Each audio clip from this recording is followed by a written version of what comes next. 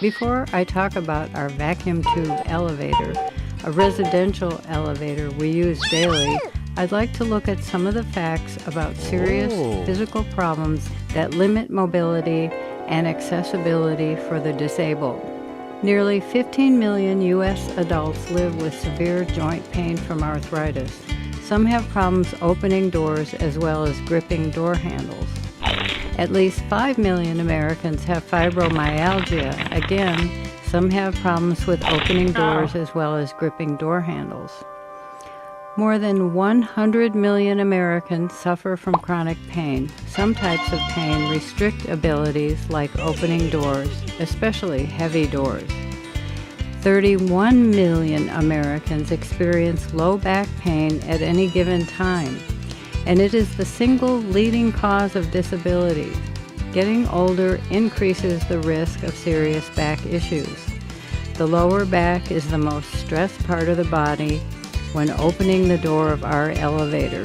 Trust us, opening the door of our elevator is no picnic when a back with collapsed and herniated discs is involved.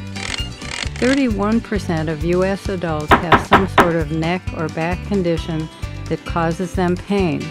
26% have some sort of leg or knee condition, and 18% have another condition that causes chronic pain. The typical American worker has a 50% chance of suffering a serious back injury over the course of his life. The number of American adults with any physical functioning difficulty is 36.2 million. Mobility is the most common disability among older Americans. Roughly 30.6 million of us have difficulty walking or climbing stairs, or use a wheelchair, cane, crutches, or walker. Those that cannot use these things must either get carried or use an elevator. A stair lift would not work in our house because Baghead cannot sit at all. About 56.7 million people, 19% of the population, had a disability in 2010, according to a broad definition of disability, with more than half of them, 29 million, reporting the disability was severe. The probability of having a severe disability is 1 in 4 for those 65 to 69. About 19.9 million people have difficulty lifting and grasping. This includes, for instance, trouble lifting an object like a bag of groceries, or grasping a glass or a pencil or an elevator door handle. Because the U.S. population is aging, the use of assistive devices by people with mobility impairments is of increasing importance. While 1.4 million Americans live in nursing homes, a whopping 2 million Americans are homebound and cannot leave home, mostly due to physical disabilities. Home elevators assist elderly or physically challenged individuals and infuse in them a remarkable spirit of self-confidence, as long as the elevator design takes into consideration the likely limitations of this group. Accessibility is key.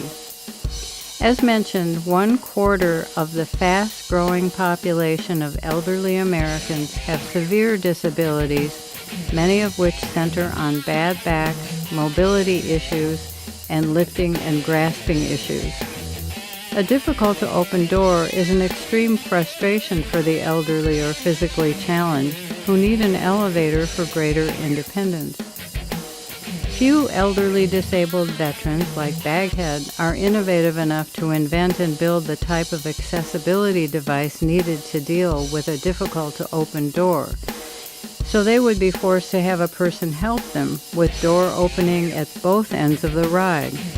We've risen on dozens of elevators in our lives, but never one with a difficult-to-open door. In fact, most elevators have doors that open and close automatically. We suggest that the designers of this wonderful elevator redesign the door with more emphasis on the needs of the likely customer. After all, the people most likely to need an elevator are also the people least likely to be able to open a difficult-to-open door without serious pain. The vacuum tube elevator, PVE30, we bought has a 30-inch diameter outside and a 20-inch inside diameter. Being able to see in all directions is wonderful. This was accomplished by having an outer transparent cylinder with an inner transparent cylinder for the car you ride in. The safety features are excellent, and you won't find a more attractive elevator anywhere. Most elevators detract from the looks of a home. This elevator beautifies a home, and it increases the value of your home.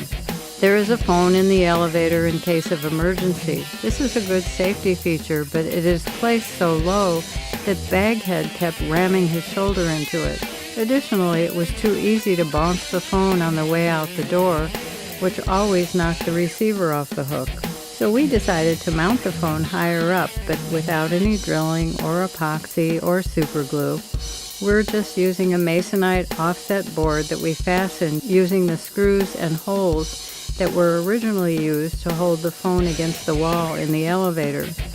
We suggest that the designers redesign the phone mount so it can mount as is, or mount at least 6 inches higher. We are grateful to the Pneumatic vacuum elevator people for making an elevator that fit our space constraints, and we are grateful to All-in-One Mobility for installing it in our house. Now that Baghead is happily using his door-opening ratchet, our ambivalence about our elevator has disappeared. We love it.